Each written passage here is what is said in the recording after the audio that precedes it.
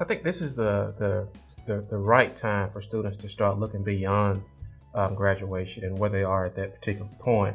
What I often recommend students do is to seek out someone specifically that's in the area where they're wanting to work, and maybe pursue internships with that individual to kind of get their foot in the door, and also to give the student an opportunity to decide whether or not that is a direction that they're wanting to go in for that particular position.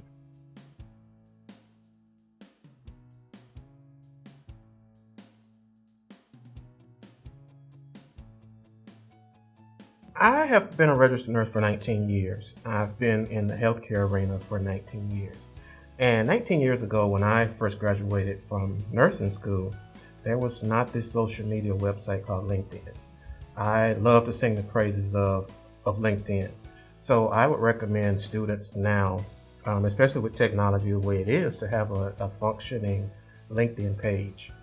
You can also do a Google search for your LinkedIn page. It's not good enough just to have a LinkedIn page. You need to have a LinkedIn page that's fully developed and up to date. So there are several templates that are available on the website for developing a LinkedIn page. And I often like to say that your LinkedIn page is not Facebook.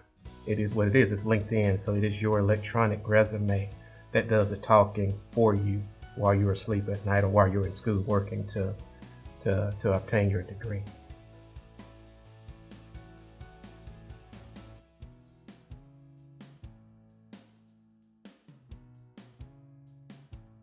The people that we look for are individuals who have a passion for the job. These are individuals who want to be there. Most of the time in healthcare, you're going to be patient-facing and member-facing, or what do you want to call it, customer-facing is a general term. But we want to see individuals who have people skills, who are wanting to work with people. We want to see individuals who can come into the job and to make that particular profession better than what it was before they came. And what I mean by that, we want individuals who supervisors or managers are not going to have to look over their shoulder, individuals who are proactive, who have a get up and go about themselves to get the job done without a whole lot of supervision.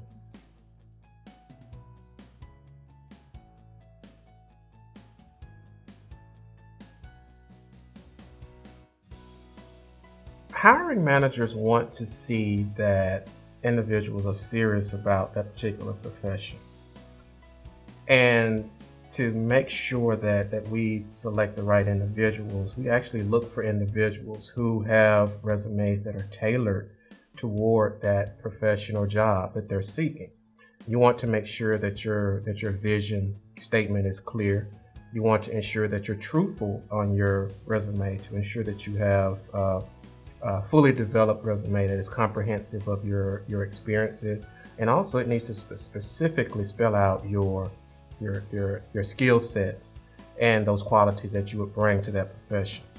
Resume does not need to be no more than 2 pages. A resume does not need to be written as a dissertation or a paper. It needs to be written in a format to where that hiring manager can read it fairly shortly and make the educated decision as to your level of qualifications to that particular position. Because just think, they're going to be looking through hundreds of resumes, and you need to make sure that yours stand out. And I also often like to tell individuals, less is more. Focus on quality of your resume more than the quantity.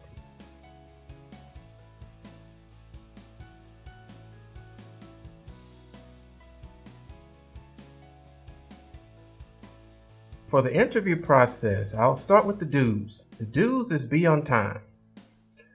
Also, you want to ensure that you are dressed for the part.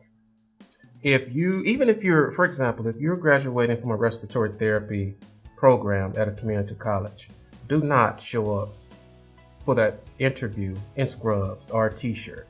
You want to ensure that you have business casual attire on, because you want to show that individual that you are serious. You want to have clear and concise answers. You don't want to ramble on in your responses. You want to make sure that you keep eye contact. And after that interview, you always want to follow up with a thank you letter to that supervisor or that individual who's hired you. Don't show up late. As I stated earlier, you don't want to go in underdressed for that position. You don't want to overtalk the hiring manager. You never want to lead off the discussion about that particular position with salary or how much it's going to pay you. You always want to talk about or show them what you yourself have to offer for that position, and salary talks will come later on.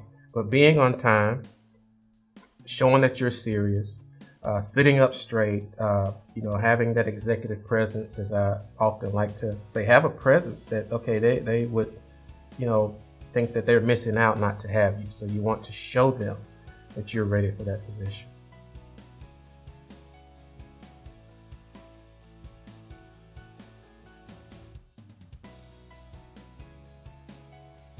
The best advice for getting a job in the medical field is to establish connections. Seek out a mentor, an individual who's already working in that area. Spend time with that individual. I've learned, especially in a state like Mississippi, where you have several hundreds of individuals who are competing for 2 or 3 jobs, your connections with those individuals can mean a world of difference. Seek out individuals who can serve as not only your mentors, but individuals who can assist you with prepping for an interview, that can assist you with making those connections. You might need to find a person that could identify that mentor for you.